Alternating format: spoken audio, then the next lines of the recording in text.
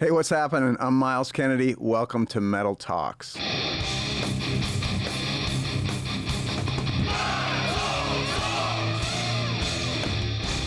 Metal Talks.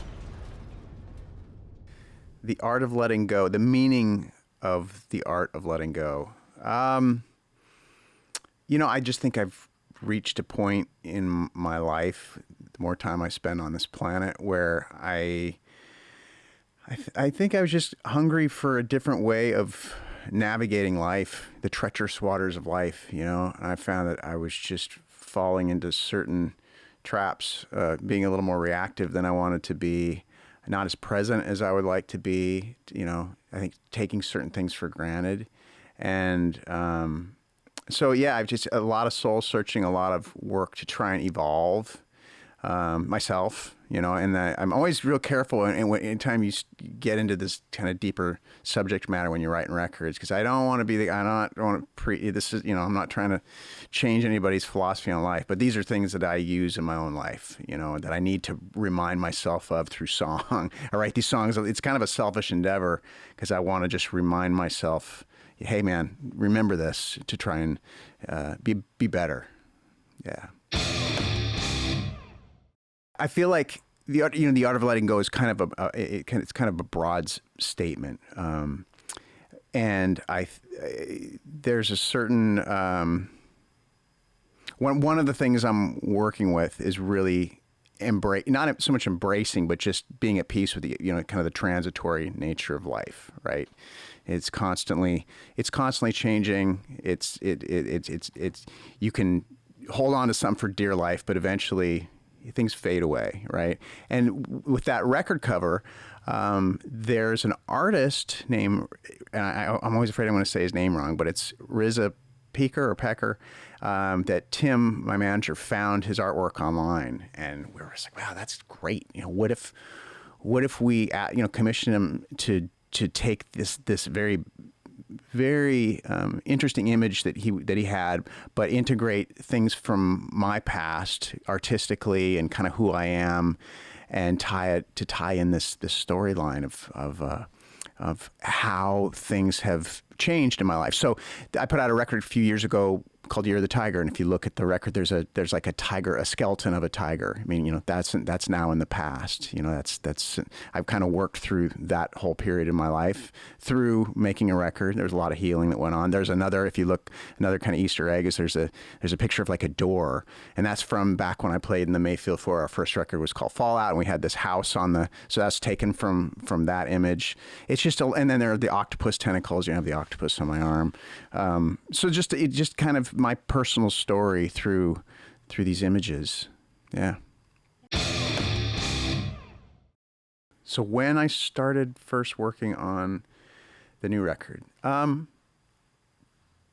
probably January of 2023, and because I'm lucky enough to play in a few different bands, everything is very planned out. So Tim, my manager and bass player, he also plays on these records with me, on the solo records. He's like, hey man, we want to get you in the studio third quarter 23. So you got any songs? I'm like, nope, I got to get to work. So it was really just a matter of, I was on the road with Alter Bridge at the time, and it was, days off in hotel rooms, a lot of it, or backstage, before the show, writing. And so most of the material was written in that window. There's a handful of songs that I had kind of sitting around. I've always got something hanging around from the past that didn't find a home on a record. And so that's nice, because it gives you a little bit of confidence that you have something else to draw from. Songwriters' worst fear is that you're going to show up in the studio and you're not going to have any songs. It's terrifying. So, but part of I think what helped push this record sonically, what it became, it's more of a hard rock record. The first record, Year of the Tiger, is an acoustic record. Second record, Ides of March, still had a lot of the acoustic thing, but more of like a lot of blues rock, 70s rock, Southern rock. And for this one, it's very riff based, and loud guitars. And I think some of that was born out of a conversation that I had with our drum tech, Mick, who's amazing. He says, I totally trust his instincts. He's one of the most, like, he knows so much about music. So when he said this, he's like, I really like the way you rearrange these songs live as a 3-piece, because you guys make them more like rock tracks. Have you ever thought about recording them? And I was like, well, that's kind of a cool idea. And what if I just wrote new songs that didn't need to be re-envisioned for the live setting? And so that was really what, kind of informed this record stylistically. Yeah, how do songs evolve? Where is it the melody first, the lyric first, the riff first? It kind of depends, and generally speaking, it's the music first for me. I like to establish the foundation. With that said, occasionally there will be a melody that will happen. It's funny because on the first solo record on Year of the Tiger, that melody and lyric, just the beginning of it, this is from years ago, I was mowing my lawn and I just heard, in the year of the tiger, won't weep and moan. And I was like, oh, I like that. I had my little micro cassette recorder, because this is before everybody had, phones you could record on. So that was, an example where the melody and the lyric came first. But generally I'll sit down and I want to establish this sonic canvas that I can paint over with the melody and the lyric and with the guitar. So once I have that, the melody kind of just happens. It'll just I'll just start singing. I'm kind of self-conscious when I'm writing. I don't want anybody around, because it's, you're just making up stuff. And why is he singing about the kitchen sink? What is that lyric? That's weird. So you're just grabbing whatever, and trying to weave it into this new context. But, as far as a song on the new record and how it came together, I would say "Miss You When You're Gone," which is actually an older song. The genesis of that idea happened in 2018 or 17 when I was writing "Year of the Tiger." So it was a late night, and I was trying to just get in the groove, and a lot of times I'll mess with tunings. So I found this really inspiring tuning. I was going through a massive Chris Whitley phase. And so I tuned the guitar to that, and it just kind of happened. And the line, do unto others as they do to you, 'cause in the end, that's all that you can do. And it was one of those, as a songwriter, occasionally, one out of every 500 ideas, you're just like, oh.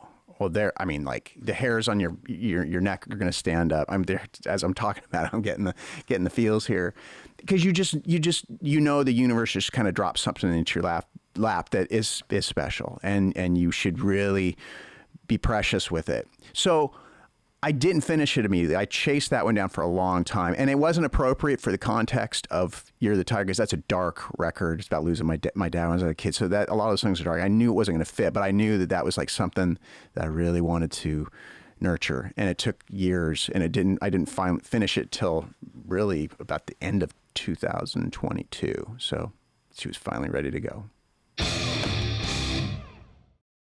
Yeah, the team.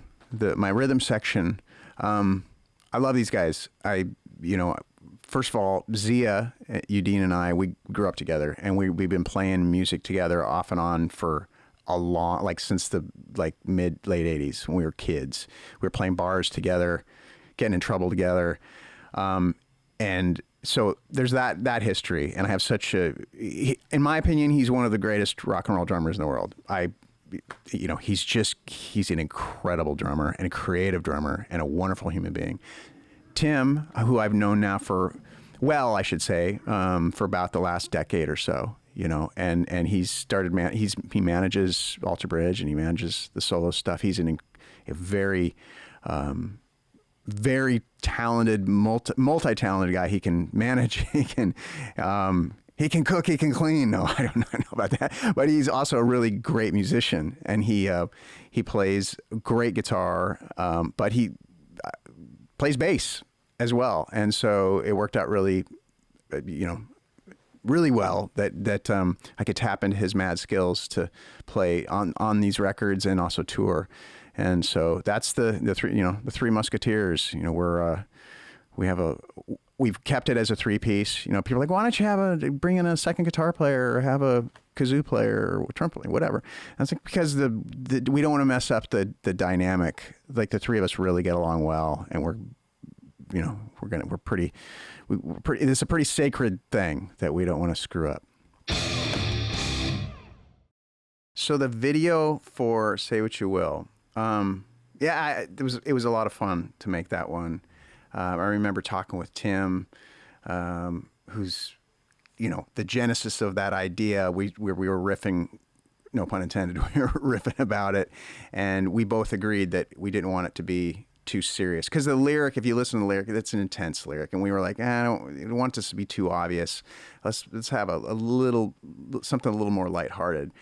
But at the same time, we wanted something that was going to have a certain impact, and we both are very passionate about the profound impact that music can have on a young person, because we both experienced it first and foremost. So yeah, it tells the story about this girl who is going to school and doesn't quite fit in and is bullied, and you know, something I can certainly relate to, because I was a late bloomer, kind of a goofy little kid, but I found my solace through rock and roll and through playing an instrument. And so yeah, the story is that it shows just how she becomes empowered through having this music, and that she's going to show her peers and everybody like what she can do when she plays the talent show. Now the girl who plays the main character, Mara, that's Tim's daughter. Yeah. And so we both, when we were talking about this, there was just no ifs, ands, or buts about it. We were both like, well, Mara's the person who should play this, because I remember seeing her earlier that year, or it was last year, and we were on tour with Mammoth, and so Mammoth was playing, and I'm standing side stage, and Mara's standing right there, and she's got her fist up, and she's banging her, she's rocking out, and I'm like, this kid's in it. Like, she gets it. Like, she loves music. So yeah, it was just no question. And you talk about music with her, she gets all excited. I think she's playing guitar now, and she's just a good kid. Super proud of her. And it also ties in, that whole musical thing in kids ties in with a foundation that some of us set up in my hometown, Spokane. Selena and I and some other friends started about, over 9 years ago now, and we raise money for kids who want to play music, and we've get them instruments and get them private instruction, and if you want to check that out, go to futuresong.org. Little plug. Probably the track that I'm most excited about performing live, and probably it was my favorite one to record, is Behind the Veil. And I think that it was one of those. It's one of those tracks where, when it came, like, as a guitar player, sometimes you just come up with a riff and it just feels good to play. You just don't want to stop playing it. I kind of felt the same way about the lead single about "Say What You Will." There's something about that intro; it just feels good, and I just want to keep playing it over and over.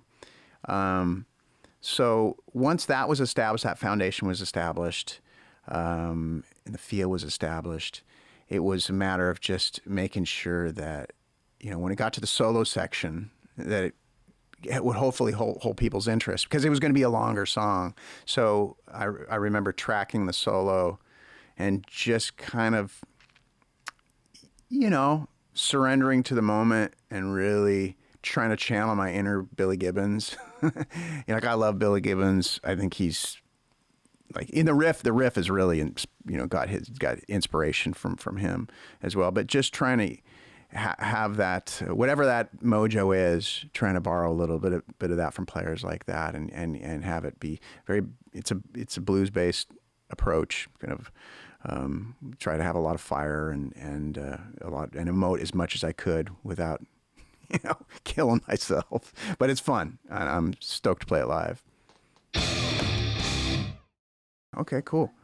So what inspired me to want to develop the solo thing? It's a good question. Because uh, beyond lucky that I don't just have like one band, but I have two bands that I've worked with for 15, 20 years now with Alter Bridge, and then 15 years with Slash and Conspirators. And I genuinely, I'm not only am I proud of what we've done, but I just love they're just great people. All of them. They're my brothers. And I hear all these stories about bands that don't get along, especially the longer time.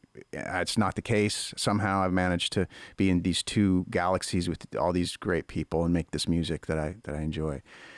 But at the same time, the creative side.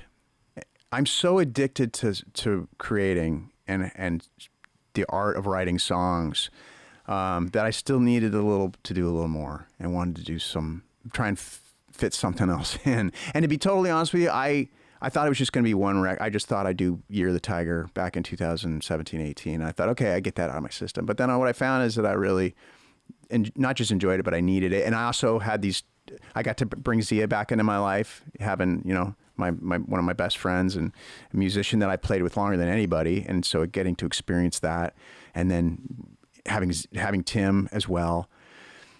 But it also, I think for me, I have so many things I wanted to explore and do yet that I couldn't do in these other bands. And so it was just, it was necessary to embark on that journey and continue that journey. I don't know how much longer it'll go. I don't know how much longer I'll be able to, keep at this pace. Not just touring wise, but just creatively. I'm always like, gosh, is the well gonna, when's this gonna? I'm basically putting a record out a year. I don't know. I don't know how long the universe will allow that to happen. But I'm gonna ride it out as long as possible and enjoy it, and hopefully some other people will enjoy it. And I'll just savor every minute. Yeah, did the opportunity to jam with Jimmy Page and John Paul Jones and Jason Bonham, how did that affect things for me? I think in a lot of ways it's just it was such a special moment, a special set of moments that out of all the things I've had the opportunity to experience, just kind of the top of the mountain. How could it not be? I mean, one of the things that really I'm grateful I did. I felt a little silly after I did it, was telling them what they meant and how important they were in my journey, and they were very kind, and so once I got that off my chest, then we could jam. But I think how it affected things moving forward. I know that with Slash, that was part of the reason that he reached out when he did his first solo record. He said, I just kept hearing about this guy, even though he I don't know if he forgot or just didn't remember. He'd reached out about 7 years prior when they were trying to put Velvet Revolver, or when they were putting Velvet Revolver together.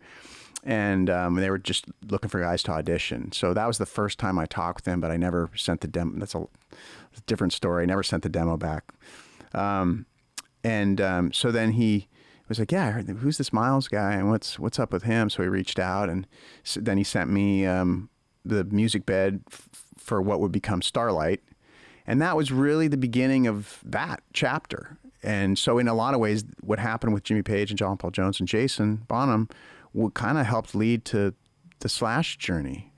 And I'm really grateful for that, because it's been, I keep gushing about these people I play with, but it comes from the heart. I'm just really lucky. So, yeah, that's what happened. So what can people look forward to when I come to a venue near you with the band? I don't know. It's always it's a tough question, because I don't know until we're in rehearsals and we're getting the set all figured out and all that. But what I can say is that, and I'm happy that we're approaching it this way. We're just trying to keep it as I don't want to say as real as possible, but we're playing live. Everything's live, and there's going to be a certain level of improvisation. I think for me, especially with this record, I want to stretch out with the guitar solos, and it's one of the reasons I'm a massive fan of like Warren Haynes and Government Mule, and I love to listen to him. And Slash does it all the time as well, where he'll just extend a solo forever and improvise. To me, improvisation, maybe that's because I'm kind of a jazz nerd. I studied jazz in college. That was my jam. So I love improvisation. So hopefully you'll come to a show and you'll see some of these songs. Not all of them. Some of them will play as is, but we're going to stretch out here and there, and hopefully you'll come to a show and you'll see something that'll never be repeated. It's like the way that solo was played, or the way Zia did a drum fill, or Tim does a hot lick on the bass. It will be, that'll be just for that night. And then we'll see. Maybe I'll do some disco moves. You never know. As far as memorable moments throughout the years of doing this, there's a lot. And it's funny when the question comes up, I always kind of space out. There's one I've told this one a number of times recently. If you've seen Spinal Tap, I've been lost in the area, the basement area. They're not able to find the stage as the show was starting. That happened just like in Spinal Tap. We had some crazy stuff happen at festivals where, just craziness. But I think, overall, it's been pretty, I have fallen off the stage. I did fall. I was playing with the Mayfield Four, and we were in San Francisco, and we were opening for, I forget who we were opening up for, but it was it wasn't a big venue. It wasn't massive, but it was enough that, I'm rocking out, and it's towards the end, and I'm just losing myself, and I'm jamming, and all of a sudden, the world is spinning, and all of a sudden, a clunk, and I land on the, concrete floor. So the trick there is that you gotta, it hurts, and I don't know if I just broke a limb, I don't know if I just broke my guitar, but the trick is you gotta stay cool. It's like, hey, I meant to do that. That's part of my thing.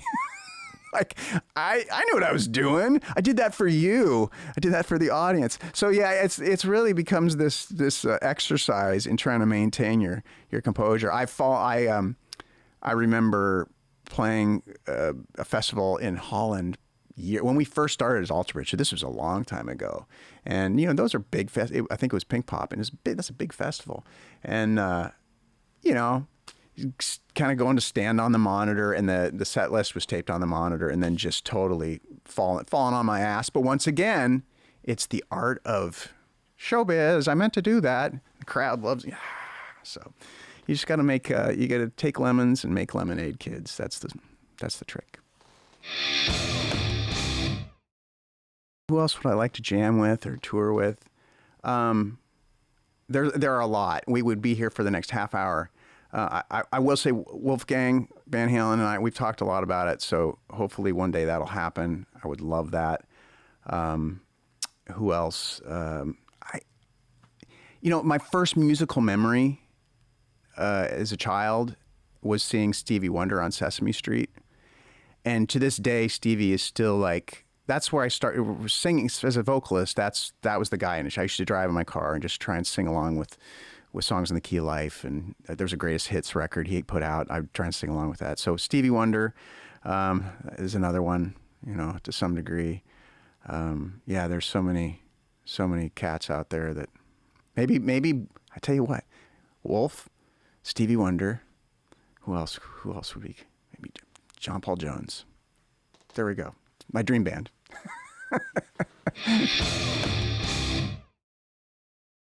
Hey everybody, thank you so much. Myles Kennedy here once again, and my new album is out. The Art of Letting Go, you can listen to it on all platforms. I'm going to be on tour, just being my goofy self. So thanks again for checking this out.